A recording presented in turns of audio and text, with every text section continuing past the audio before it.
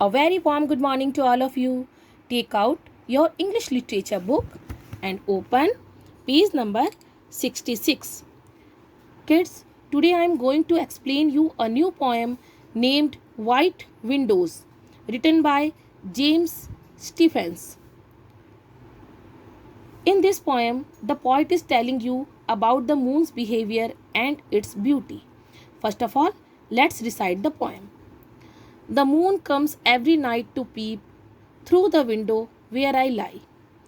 But I pretend to be asleep and watch the moon go slowly by. And she never makes a sound. She stands and stares, and then she goes to the house that's next to me, stealing by on tippy toes to peep at folk asleep maybe, and she never makes a sound. Can you see a small boy in this picture?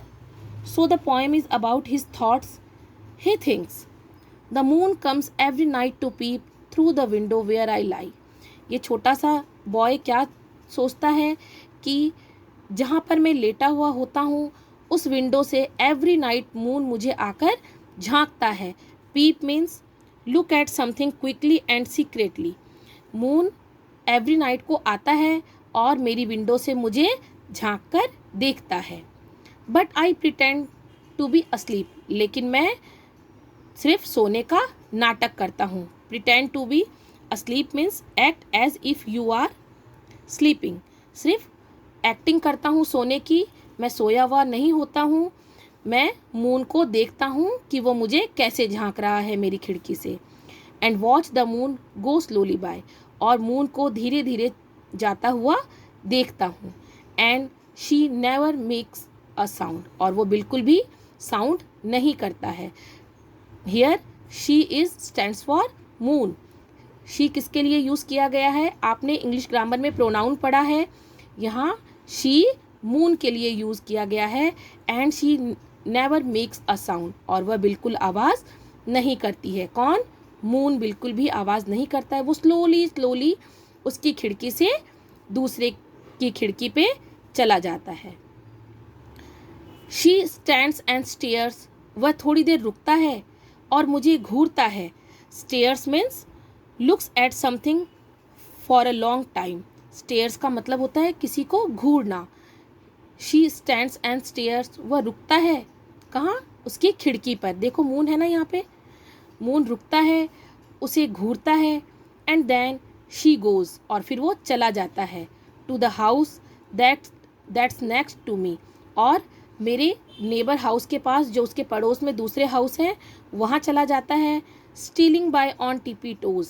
और धीरे धीरे अपने पैरों को बिल्कुल धीरे धीरे slowly slowly रखते हुए ताकि कोई आवाज़ ना हो. Stealing by tippy toes means walking quietly on your toes. अपने टोज के ऊपर पैरों की उंगलियों पर जब धीरे धीरे हम चल के जाते हैं तो कोई आवाज़ नहीं होती है. आपने भी कभी ऐसा किया होगा कि जब आप कोई काम चुपचाप करते हो तो धीरे धीरे स्लोली स्लोली अपने टोज़ के ऊपर चल के जाते हो. तो इस बॉय को ऐसा लग रहा है कि मून भी अपने टोज़ के ऊपर चुपचाप धीरे धीरे जा रहा है ताकि कोई आवाज़ नहीं हो. To peep at folk asleep may be. और क्या देखता है? बच्चे को ऐसा लग रहा है कि पहले तो मेरी खिड़की से मुझे झांक रहा है और इसके बाद वो दूसरे घरों में भी झांक के देखता है कि क्या वे लोग सो गए या जगे हुए हैं. And she never makes a sound. और बिल्कुल भी आवाज़ नहीं करता है. Folk means people. Maybe means used to say not sure. बच्चा बिल्कुल भी श्योर नहीं है कि वो दूसरे घरों के लोग सो गए हैं या जगे हुए हैं. इसलिए वो कह रहा है मून चुपचाप धीरे धीरे स्लोली स्लोली मेरे घर की खिड़की से दूसरों की खिड़कियों में भी झांकता है कि दूसरे घरों के लोग सो गए हैं या जगे हुए हैं. So kids, what is the name of the poem? White Windows, written by James Stephens. Okay kids, keep learning.